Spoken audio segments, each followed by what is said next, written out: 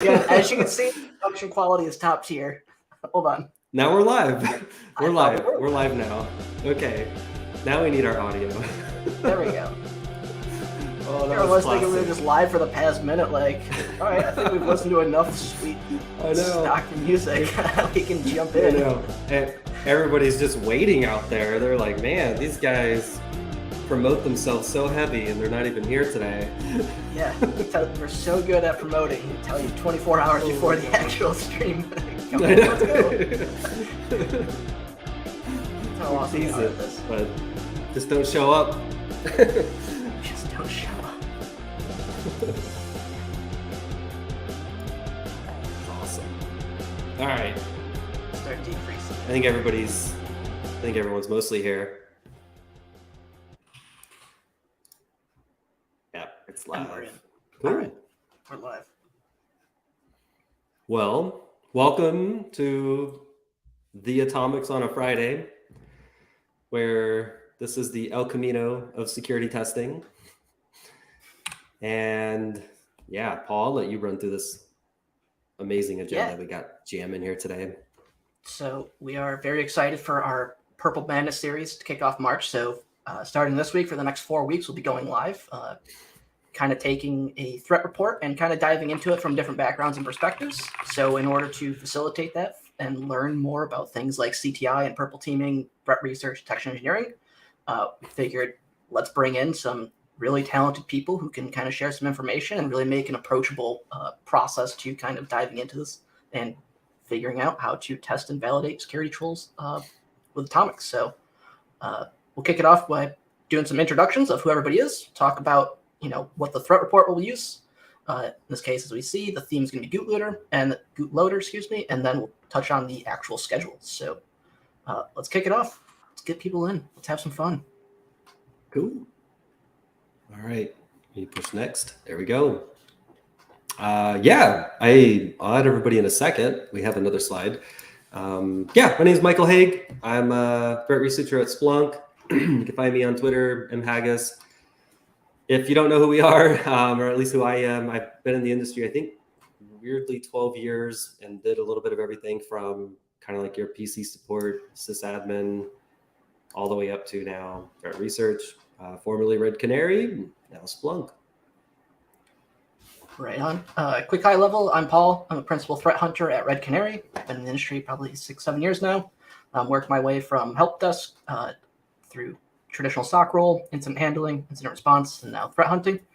So huge proponent of Atomic Red Team. So that's where Mike and I decided to collaborate and kind of bring Atomics on a Friday back to life and kind of put a different spin on it and hopefully to share some good information with the community. But enough about us. We're the boring people. We want to bring in the fun people. We have a lot of cool stuff to talk about, so let's get them in. All right. I'm going to take off this banner, change the slides, start adding everybody up. There's buttons. Got buttons. Right. We just want to start from the top. Harrison, sir? Sure. Hey, how's it going? So I'm Harrison Van Riper. I've been a researcher, intel analyst for about 8 years. I took, I guess, kind of a similar path. Started off as like sysadmin type stuff, then like network admin. Didn't love that, so I wanted to go into like threat intel type stuff. So that's really where I've spent the majority of my short career. So yeah. That's awesome. And Nas, you want to go next, buddy? Nas. Okay. So yeah. Nas, for whoever is wondering how to pronounce my name, is Nasruddin Benchochali, and you know me as Nas Bench on Twitter. I've been in the security industry for about 6 years, almost 6. Yeah.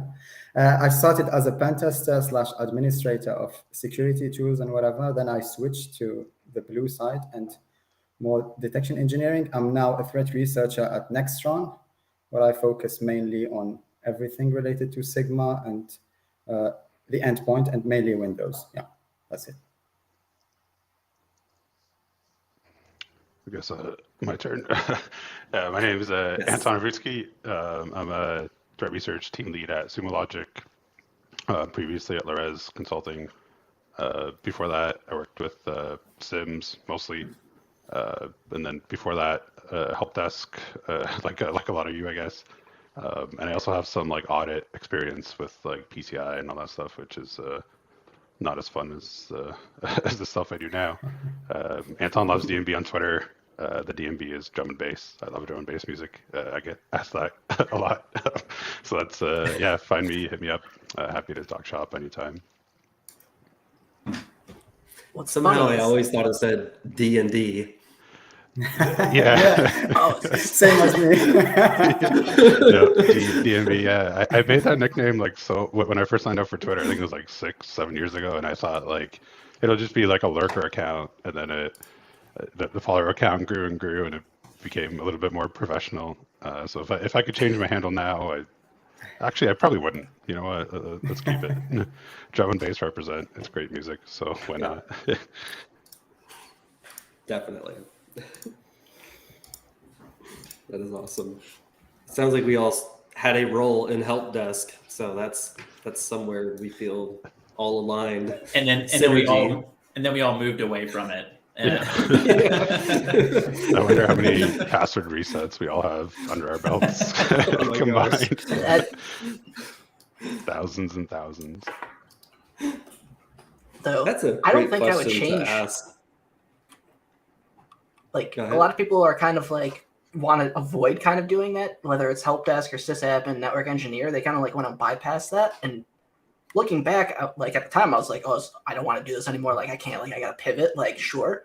But now looking back, and I was like, I learned so much that applies directly to today that like I'm glad that I did that versus trying to go around it. And not saying that like either path's the right path or the wrong path. It's just if you get the opportunity to do help desk, even if it's 6 months, 12 months, it builds so much knowledge while you're breaking it. For sure. Yeah, for sure. I mean, some of the most like smart, brilliant people that I've met have started off doing that exact same thing. So like, I think it's a great way to get like, you get a lot of exposure to a lot of different problems and like a lot of different like areas, like right off the bat. And you're in kind of like I don't want to say like a low risk, environment, but it's kind of like, you're kind of newer to the field and like it's a good entry point. So yeah, I mean, yeah, I know we all like moved away from it, but like it's definitely something that I would recommend doing for sure. Yeah, it's good until you hate yourself. So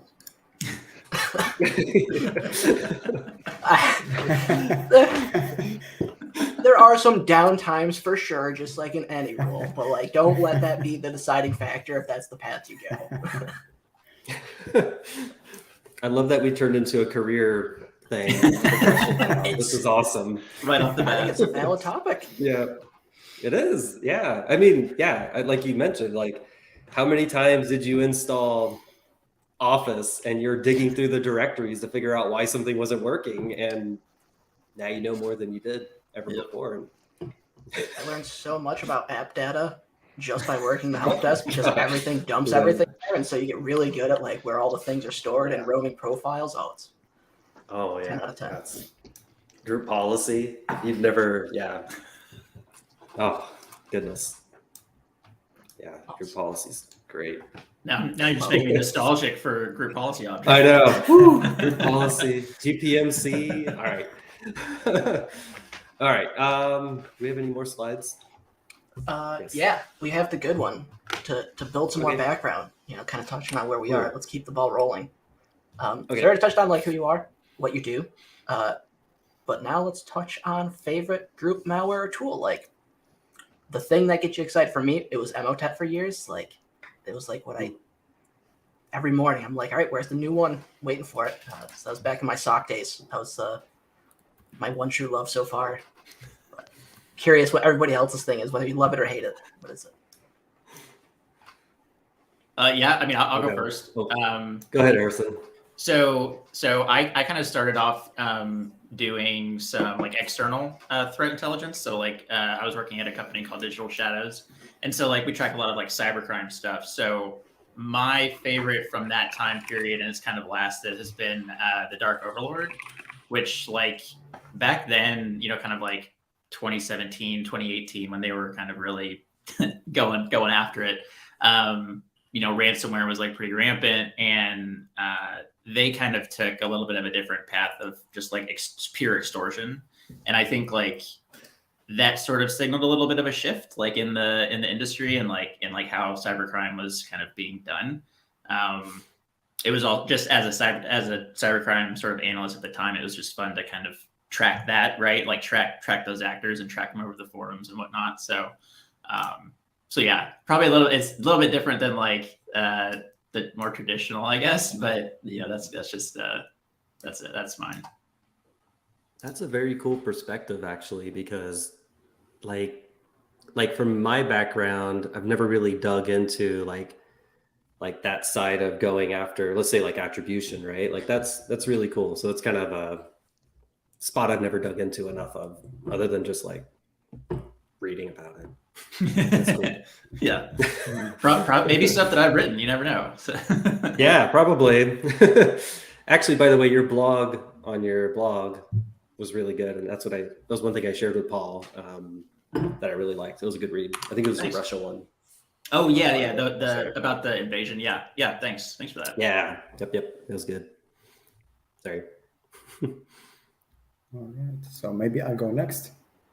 Yeah. So yeah. So I have a small story, which is when I started, I was recruited as a pen tester to pen test internal applications of the company, because the company I used to work for was writing software internally, and they need pen testers. So I was never interested in the blue side until the one incident. And I think everyone has a similar story to some extent, until that one incident, and we didn't have any incident responder. So we kind of have to improvise. And one of the things that I really hated was like the eternal blue exploit, because the whole, like we had a fleet, a very big fleet, and apparently it was infected since a long time. And now when the role was created, like everybody discovered how important that is. So it was a really painful time to clean everything up. So I really love it / hate it, because it changed my perspective, but it's really annoying. and just as a side note, not everyone was domain joined, because it's a classic, and it's really difficult to join those machines and clean everything up. But I really hate it. Yeah. I love that.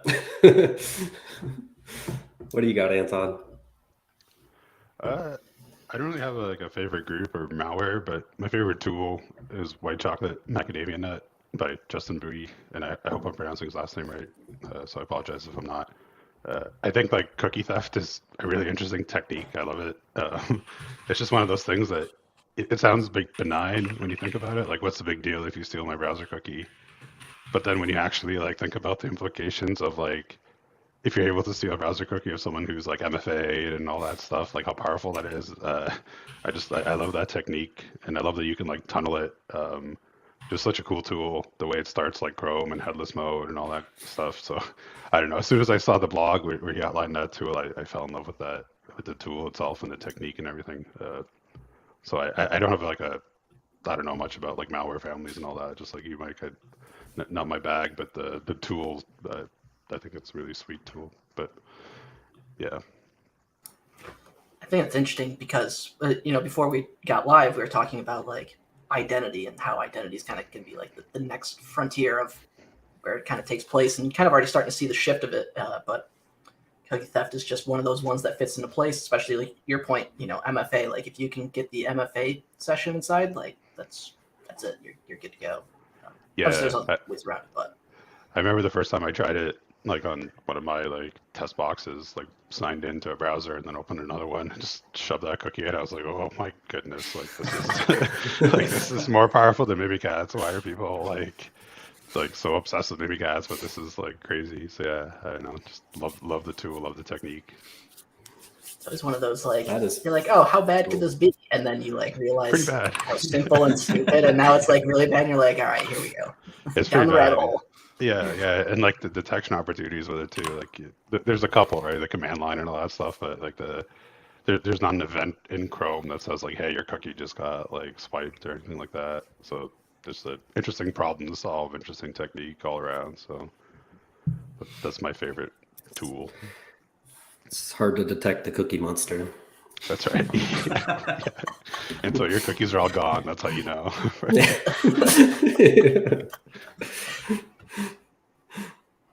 I have like a crazy story that was probably my favorite malware event that I ever dealt with. It's old, but it was the Xpiro malware, XPIRO, and I think it was like a semantic blog back in the day. We had a company get hit with it. I was at an MSSP. They got hit, and it modified every binary by appending itself to it. And so AV was quarantining every file across the organization.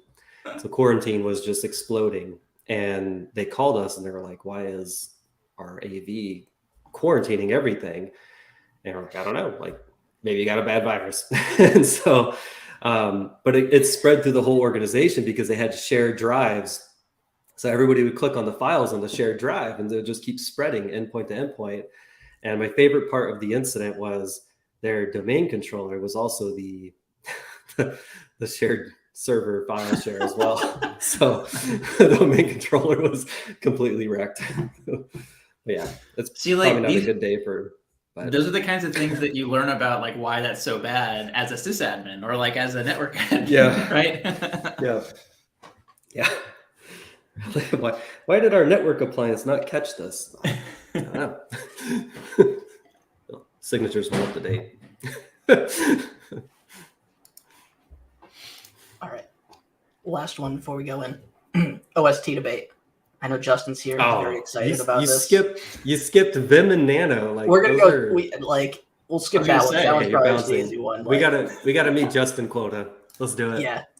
OST. Good, bad, neutral. It's a spicy Since Justin question. Since Justin is here, we'll say bad, just to trigger.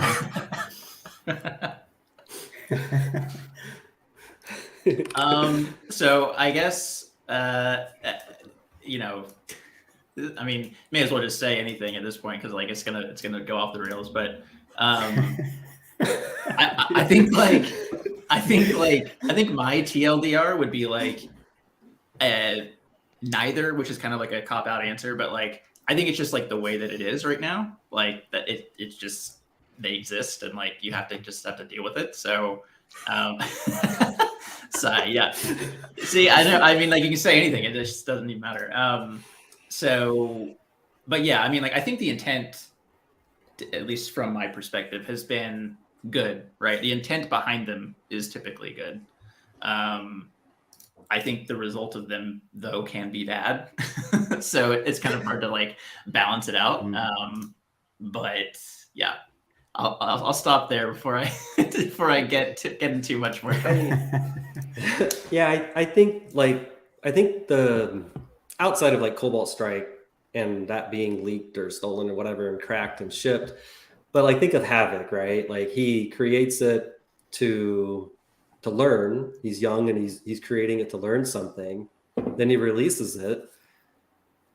I mean, in a way, I'm kind of like, well, what did anyone expect at that point? Of course, it's going to be abused, So it's like if you're going to release it, it's going to be used no matter what. I think in malicious instances, Nimplant, great example. Nimplant, early release to people who want to write detections. It's released, and we already see it popping up everywhere on Shodan. So I don't know. I guess I'm kind of a neutral stance on what I'm saying, but it's kind of like if you release it, it's going to be abused.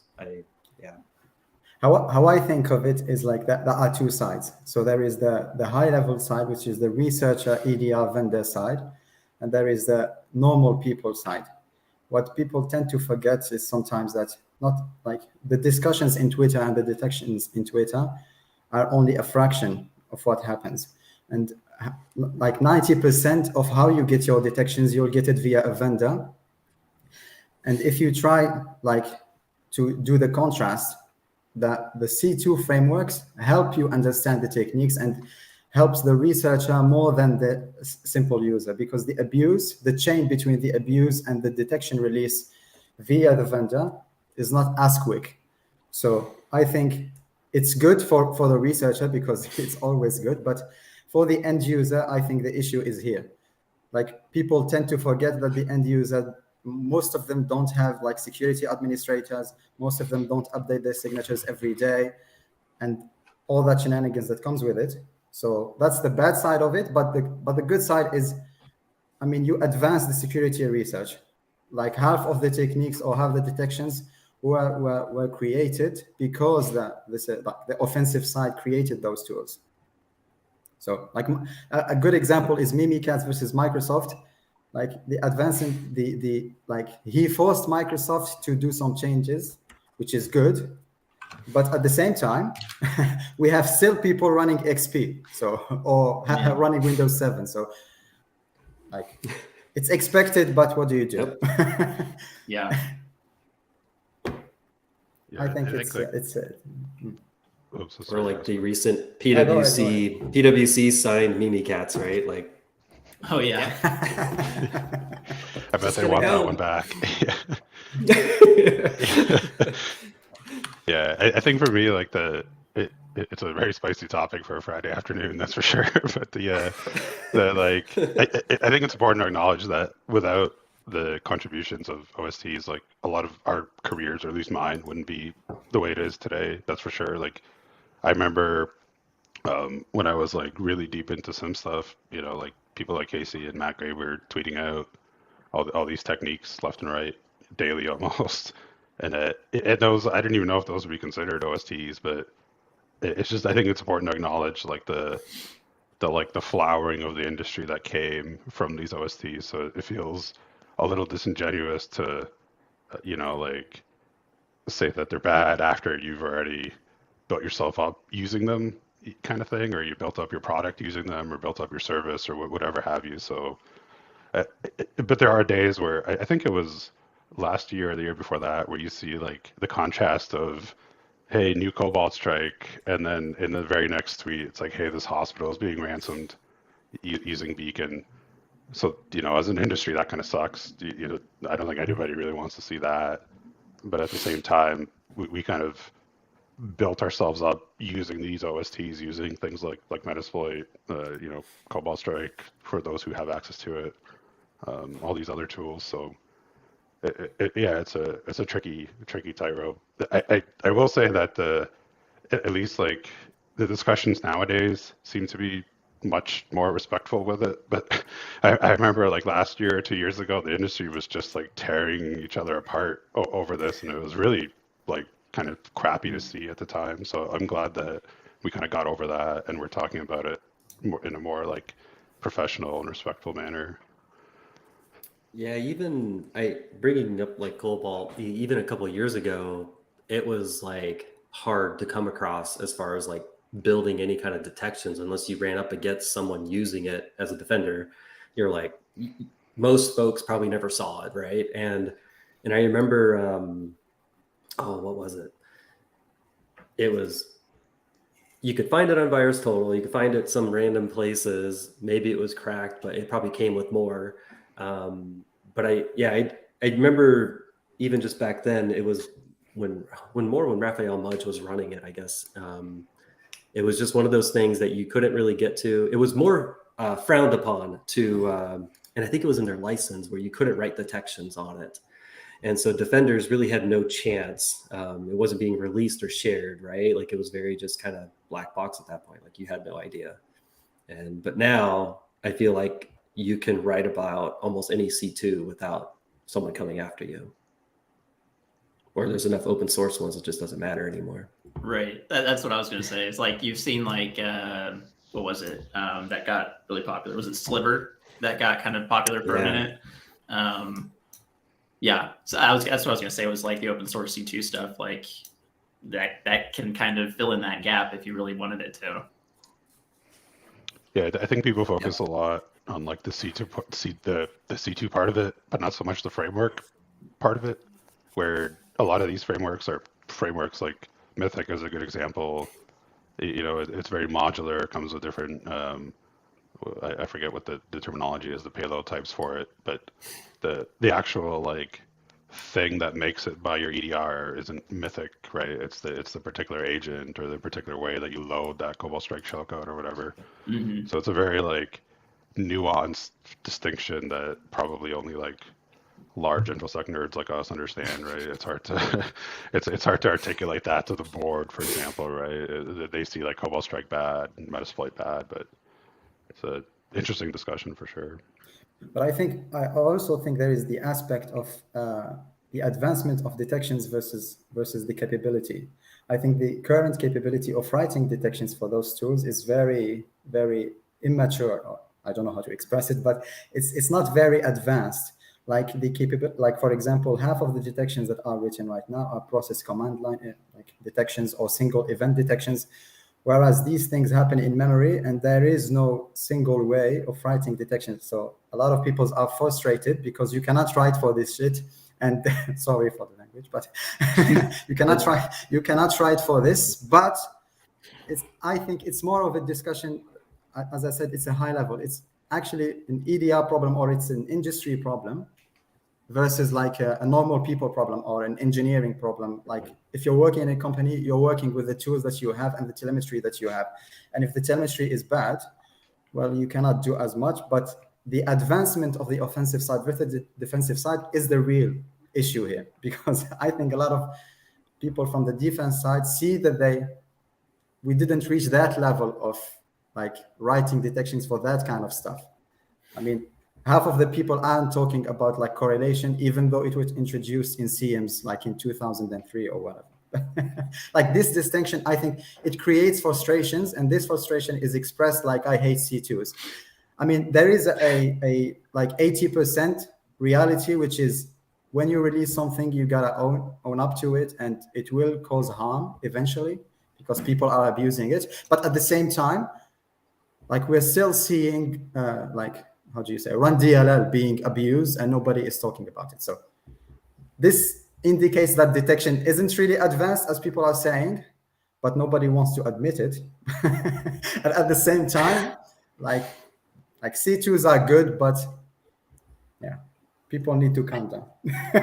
I think kind of going off of that is that the blue team hasn't really pushed as aggressively as like the OST side of things, like the red teaming tool development, right? Like, and it could be a number of things. Like, I think it's also like time and dedication to it, like the amount of people to dedicate to spending times analyzing, figuring it out, and really getting a good grasp and understanding of it, right? You got 10 new C2s last year as an arbitrary number. Like, that's time to go look and investigate in all of them. Not saying that it's a bad thing, but it is a challenge. But I feel like there is an opportunity from the industry as a whole to be more transparent about detecting and actual prevention, not just buy our stuff and you're golden. Like, that's just black box and you have no idea if it's true or not unless you then go test and validate against it. So I feel like there is the opportunity for us as defenders and purple teamers to go push that even more. And things like Sigma is a great start. Things like the Rodriguez brothers have done with the data testing, giving the data out there so you can go kind of analyze it.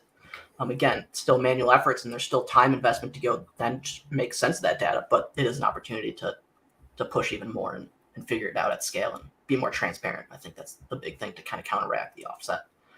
And Randy's comment on YouTube, which is I'd always rather have access to the offensive tools I have to defend against than constantly be surprised by the stuff I know nothing about.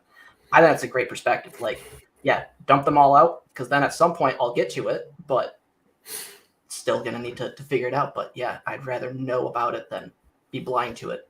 And you see some of the cool things that like ATT&CK is putting into their Nighthawk agent and platform. If you go read about it, some of that's really slick, and I'm curious how it comes about. But I can't touch it yet. But at some point we'll get there. So it's kind of interesting to think about it. Yeah. I'm for it. More offensive tools, but we need to counter. Yeah, even Brute Ratal, right? Even just the simple leak that it had, the 2 versions, I think, like that alone brought some new, tradecraft out to the wild that maybe folks had never seen, and there it is, And to Nas, your point, it's hard because it's like everybody has a different product and there's only so many things that can do detection in certain pieces and points and points of view or optic into certain things. And I remember maybe there still is an EDR out there that uses like Yara for memory scanning. And, it's just, it's everywhere still. Not every product is the same either. There's some that capture like script block logging, and then there's still some that don't. Like, man, like where are we here? Like this should have all been done by now. Yeah, I think that's a really good point. There's not a lot of comparability among among that big range of products. Yeah, I think that's actually a really good example of like the script block logging. Like that's something that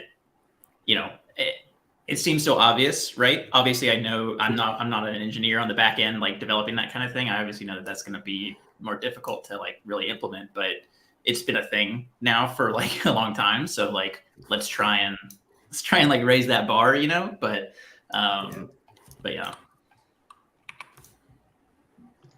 I wonder if the bar was raised high enough. One additional thing is such a discussion. Go ahead. Yeah. Oh, sorry. I was just gonna say, like, I wonder if people had like a network where you had like application control, segmentation, hardening, and then they would be like, "What's E2?" Like, it doesn't matter to me. Whether it's a run DLL with a Nighthawk DLL or run DLL with a Cobalt Strike DLL, it doesn't matter. We don't allow that in our network. And I've worked with a couple customers like that back in the day, and it changes the paradigm completely when they have like that kind of control over the network. But it's always the people. It was never like the product, right? Everyone has the same. I don't want to say the same budgets and the same like means available to them, but companies are fairly well off. The larger ones that they could purchase whatever they need to purchase, and that usually wasn't the differentiator. It was always the team behind that product, and whether they like really cared enough to like roll up their sleeves and like dig into the logs and make sure that like cobweb server was still sending the logs and stuff like that, and that made the difference, right? Those people don't need to worry about the new C2s or like, as cool as Nighthawk is, they probably don't need to worry about Nighthawk either. It's just an interesting paradigm. But sorry, Naz, yeah, go ahead. Yeah, I was just going to talk about the aspect of logging and product-based logging versus the actual capability of logging. Like if you check out how you can write detections, you either can express them via the product language, and if the product can't provide that telemetry, then quote unquote you're stuck. You cannot write that information, or you cannot write that detection.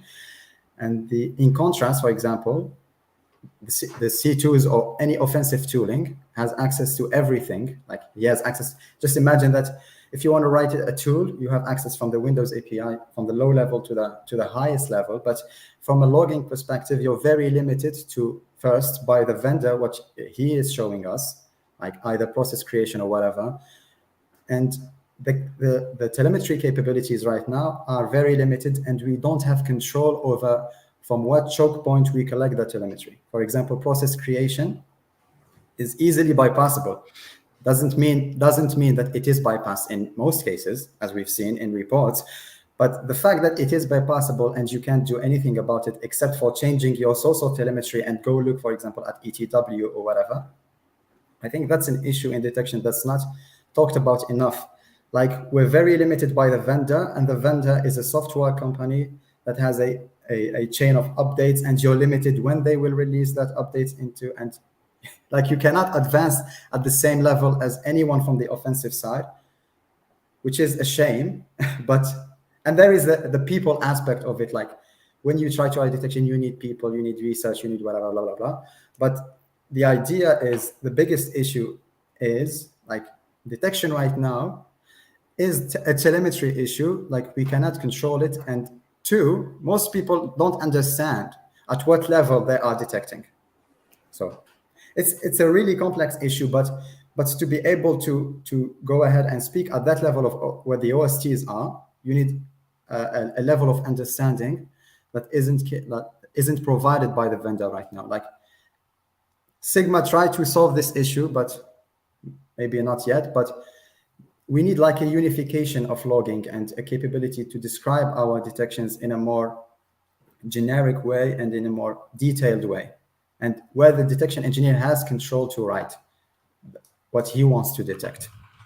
Yeah, I'm going on a tangent, but stop me when I talk too much. No, you're good. I think this was a tweet you just shipped out, right? 20 hours ago. Yeah. Part of Yeah, it. Yeah. Yeah, part of it. Yeah. Yes. I love it. That's awesome. Yeah, this has been fun. Good discussion, and just having a little catch up and just kind of getting some different perspectives, which is kind of why we're here, right? We want different perspectives as we go through this March Madness series, Purple Team Madness.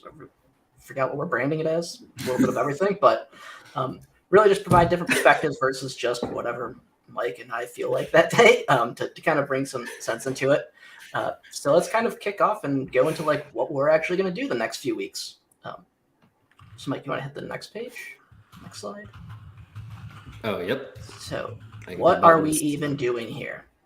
So the idea was to take a threat report and in a very simplistic means, like how can I read this, interpret pieces of information out of it, and make it approachable to go test and validate security controls and detection and analytics?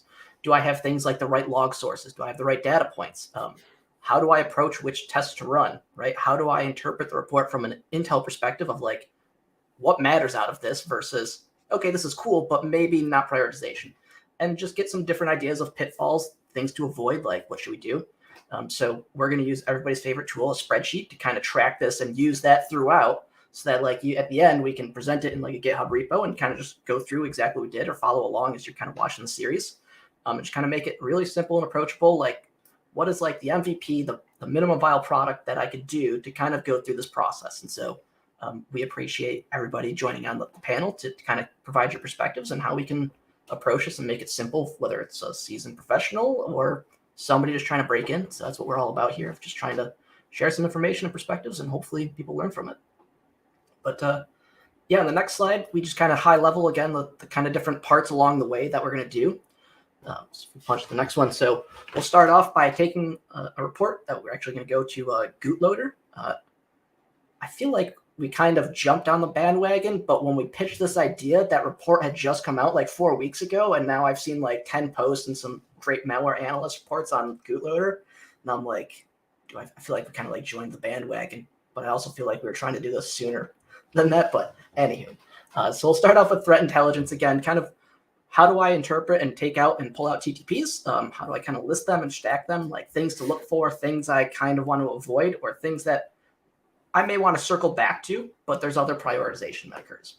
And then once we kind of have that, we're going to feed that into our purple teaming session where we're going to take the different TTPs and map them out. We're going to develop a plan that we can test with, then use things like atomics or even custom hand things that we may have to do that kind of lightweight to make it approachable. And then what do we do? So like, cool, we ran all these tests. Like, now what? Like, how do we validate? Like, did we see it? Did we have things fire? Did we not have things fire? Right? If we're expecting to see a network connection, did we actually see it? If not, like there's a starting point. And then once we do the test, we want to go review the data, right? So going into like the detection engineering kind of threat research side of things of like, did my detectors work? Did they not? Do I have the right data sources? If not, like, how do I go find those? Like, how can I make this approachable? And then just kind of like wrapping it all together so that like you take this approach and you can apply it to the next time a report comes out, or then start to do more advanced things, right? So kind of using this as hopefully like a starting point for you all to kind of get some ideas and then apply it to whether you're doing it already or you're brand new, and just kind of like build that fundamental framework. GOOTLOADER. If this is your image, please don't sue me. I borrowed this from a blog post, but it was for GootKit, and my Photoshop's not great. And again, our production quality is top tier, so it's GOOTLOADER. There is a difference between GOOTLOADER and GootKit. We're going to focus on the loader parts, the initial one. So if we jump into the next slide, there's been a whole bunch, as I mentioned, of things that have been occurring over the last few weeks from GOOTLOADER. There's a lot of great blog posts, even stuff from last year, the year before, that's been around a little bit. So we're going to focus on the mandate report as kind of like our starting point, but not necessarily the only point we'll use in kind of figuring out what to do. Okay, who added the Goots picture in the corner? Because that wasn't there yesterday when I saw this.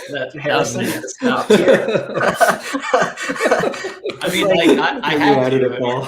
Yeah, no, I had to. Why not? That's awesome. Yeah, but high level did anybody? So like, I've come across GOOTLOADER. I've probably faced it, but never really deep dived into like the actual Intelli like threat research side of it. Anybody else here have any experience or background on it or look into it? Like it's gonna be fresh for me as well. So Yeah, well, I mean, yeah. So like I had been tracking GOOTLOADER at Red Canary for a while, and yeah, so it's definitely been a thing for quite a long time. Not quite a long time, but it's been kind of one of those interesting sort of like pop-ups that's been kind of gaining a lot of traction. So like you say, like the Mandiant report that came out, like it's pretty in depth. So that'll be a good little starting point to kind of like dig into. right on. Not super Yeah, exciting. their blog is 16 minutes long according to its read time. It's a good one. It's beefy, Yeah. as they say. Yeah, beefy. It's the goots. Yeah. It's the kids. I can't get a picture. Image It's just cracks me out up. here. Every Yeah, time I see it. I need to add that somewhere. Yeah, save that for later. But cool.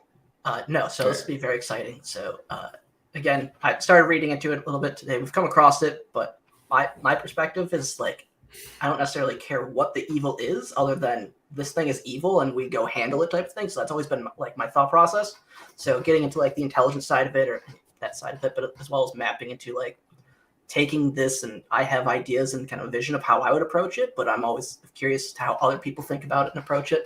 I think getting different perspectives is always a great way to just kind of broaden the knowledge and find something that maybe is different, maybe it's new, maybe it's kind of just a spin on something you're already doing. So I think it's be a really cool idea. And then of course, I love finding threats. So figuring out, do we have the right data and is there better data to use to detect it? So really excited to kind of just dive into all aspects of it. It's really exciting.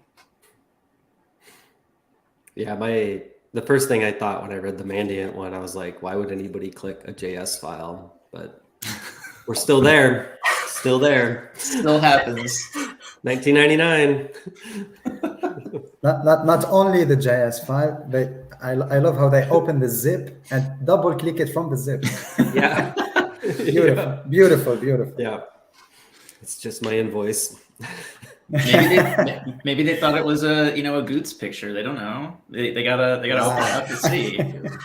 I'd open it. I mean, yeah. Just like I'd those click MP3s you used to download that always had that double extension of an exe at the end. Yeah, totally legit from LimeWire. Yeah, it's totally safe. Yeah. Totally legit. That's when you know it's good. Yeah. Yeah. So Vincent asked, how do we choose what malware to look at? Great question. I think this kind of just dropped, and it was like the most exciting thing at the time. There was a couple other things, but it was like just kind of like, this is a great report. Like there's a lot of information in here from just all perspectives. So we're not really necessarily focused purely just on this, but as like part of this kind of series that we're doing for March, we kind of wanted to stick with one central theme, and this is kind of like that. There was no like real rhyme or reason other than it dropped. It was super cool. Had a lot of different perspectives that we could apply to it and think about. But generally, we're kind of like threat agnostic, if you will. Like we'll take anything and everything and kind of dive into it. We love them all, just like OSTs. Like we can debate which is the better C2 framework. Like I'm happy to have that discussion too. I think that's a great one.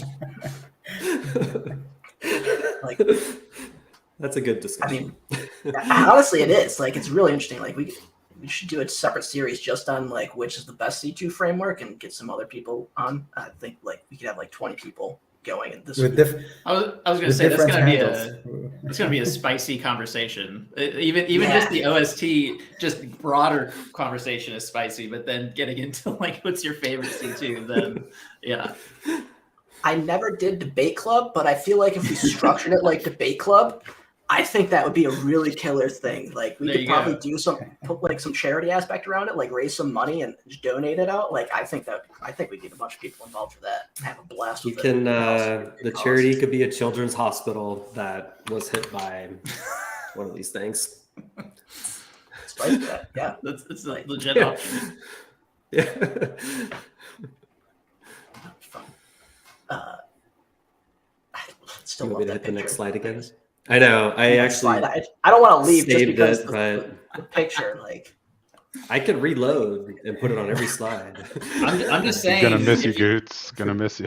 Yeah, I'm just saying that what everybody needs to do is if you use Slack in your org or wherever, you got to make that into like a little emoji, and just throw that whenever something happens. there's also the bang command that you can specify a keyword that anytime that keyword gets dropped, it just drop that picture every There you single go. time. Like, Even better.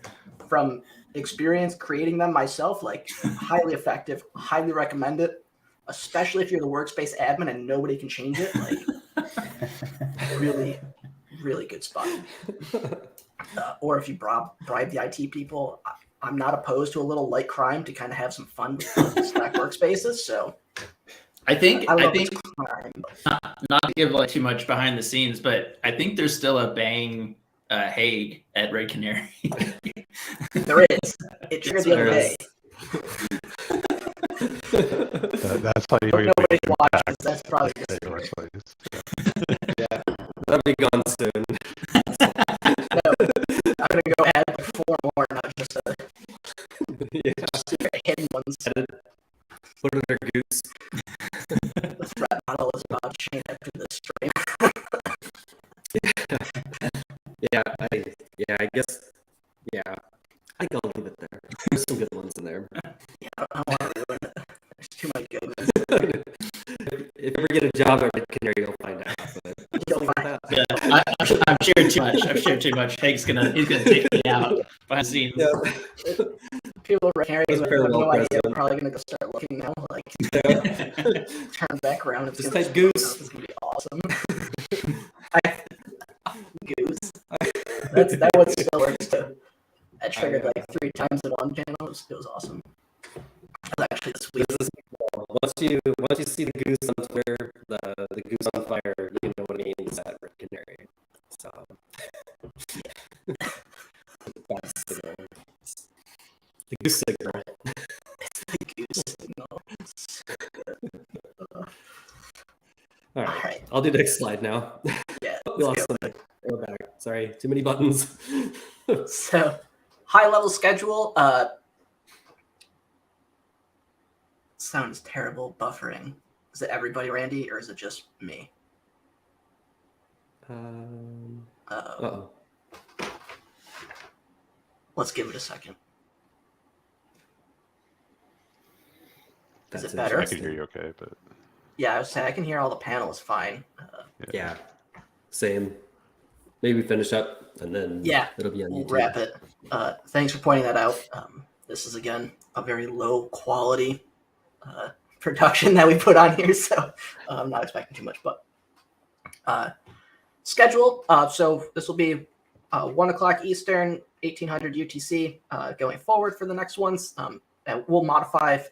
Everybody's got busy schedules, so if we need to modify, we'll of course do like a recording and put it out. So we'll keep this going.